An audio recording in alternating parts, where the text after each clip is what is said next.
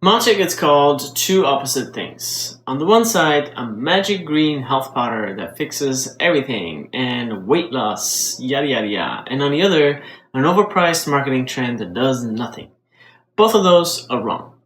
I've had a bowl almost every morning for years and I source it myself in Japan, so I really wanted to know, and the honest answer is more modest and way more useful than either side wants to admit.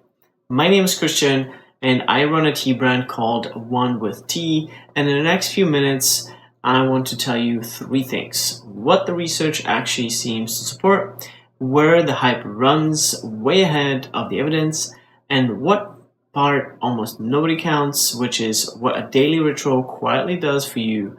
And so, keep in mind, I do sell matcha, so I'll be careful to keep the line between what's real and what's marketing, including my own.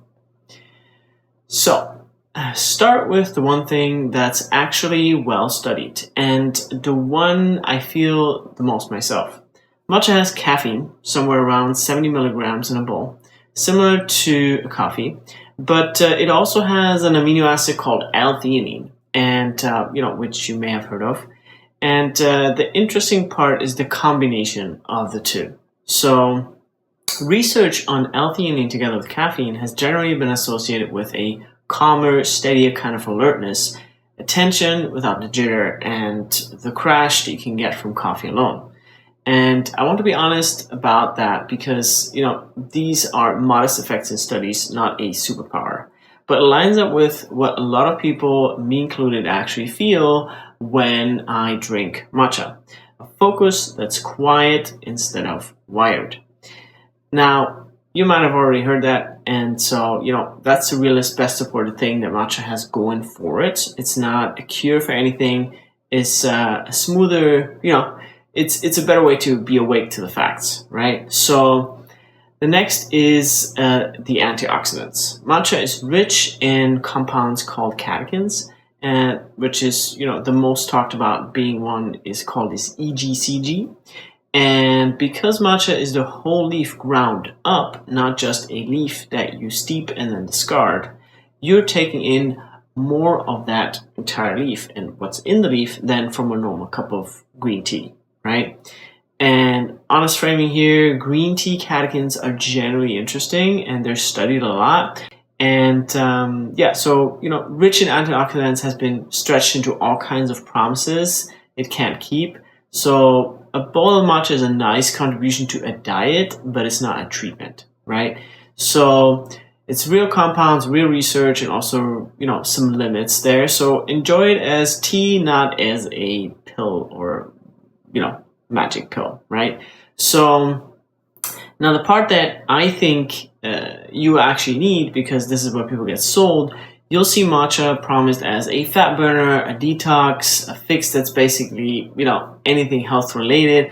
And I have to tell you, as someone who benefit if you believe that, that's marketing, not science, right? Your body detoxes itself with the liver and the kidneys, not a drink that does that for you. And the weight loss claims rest on tiny shaky effects that get blown up onto a label. Now, if a tea promises to melt fat or flush toxins, that's the tell that someone else is selling you a story. And honestly, matcha doesn't need the lie. It's good enough by itself, right? The exaggeration only makes it harder to trust the real modest benefits, I feel sometimes, because people like to blow up the marketing aspects of it.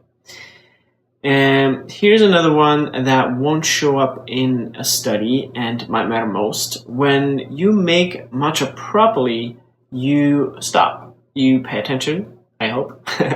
You heat the water, you sift, you whisk, you wait. For 2-3 minutes, you're doing that one thing with your hands. Paying attention, being, present. And in a day built to pull you into 10 million different directions, a small daily ritual like that asks you to slow down and be present, that's not nothing, right? We don't have a lab number for it, but you don't need one to feel the difference between a morning you rushed and a morning you actually arrived, right? So for me, that pause with my tea every morning, that's at least half of why, the tea is really enjoyable and good for me, right? So is matcha good for you? Yes, absolutely. In a modest, real way, that good food in a good ritual are good for you. And a smoother kind of focus, some generally interesting compounds, and a few quiet minutes that belong only to you. So it's not a miracle. It's a generally, enjoyable cup made with your attention. So that to me is a better reason to drink it than any health promise on a label.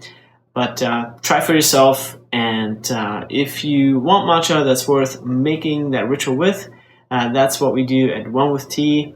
Feel free to check us out. Our matcha, most of our matcha is organic.